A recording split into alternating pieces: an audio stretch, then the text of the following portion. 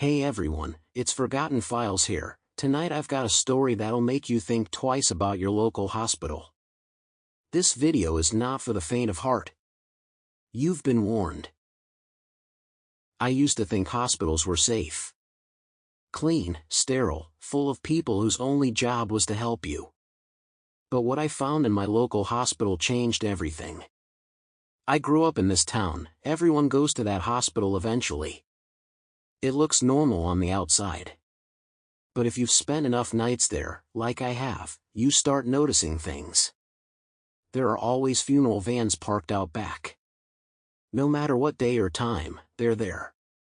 Lights flicker in the West Wing, even though that part of the building has supposedly been under renovation for 10 years. And sometimes, if you walk past after midnight, you hear things through the walls. Muffled screaming, metal clanging. I told myself I was imagining it. Until I got a job there.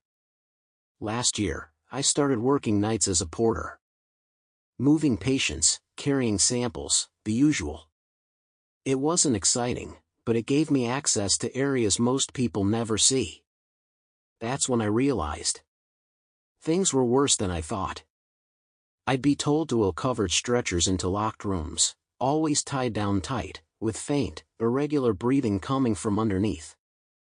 Sometimes, I'd be asked to deliver samples to rooms that didn't even exist on the hospital map. And then came that night. It was just past midnight. I was heading for the exit when I heard it.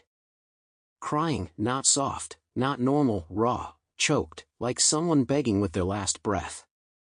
It was coming from the West Wing. The one that had been shut for a decade. I should have walked away, but instead, I pushed the heavy double doors open. The smell hit first: bleach, rot, and blood. The corridor was dark, lit only by red exit signs. And the crying was louder now. At the very end of the hall, I found the source, a reinforced door. Something banged from the other side. I turned the handle. The light flickered on. What I saw wasn't supposed to exist. Dozens of metal tables, dozens of people. But they weren't whole. One man had no lower half, his torso was hooked to machines, organs clamped in place, tubes pumping fluid in and out. His eyes rolled toward me, wide, begging. Another was just a head and shoulders, stumps wired crudely into pipes that hummed as they drained him. And a woman, God, her chest was split from throat to pelvis, her organs exposed, twitching, alive. She turned her head slowly, trying to speak, but only a wet gurgle came out. All of them conscious, all of them suffering.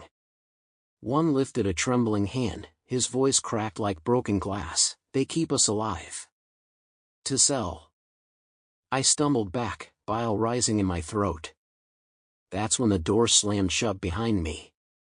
Footsteps echoed. A figure appeared in the doorway, a doctor in a bloodstained mask and scrubs, clipboard in hand like it was just another shift. You weren't supposed to see this, he said calmly. I couldn't speak. Couldn't move. He stepped closer.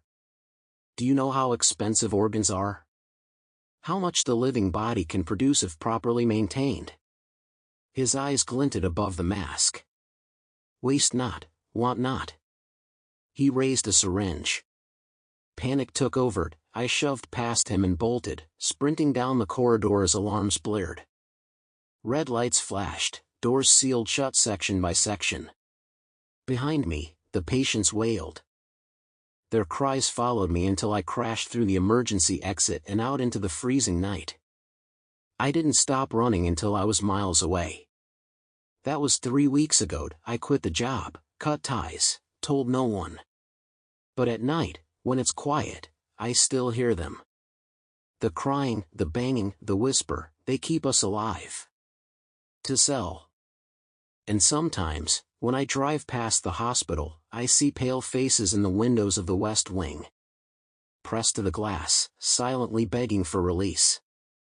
You think you know your local hospital. You don't. Thank you all so much for watching. Please don't forget to like and subscribe if you enjoyed today's video.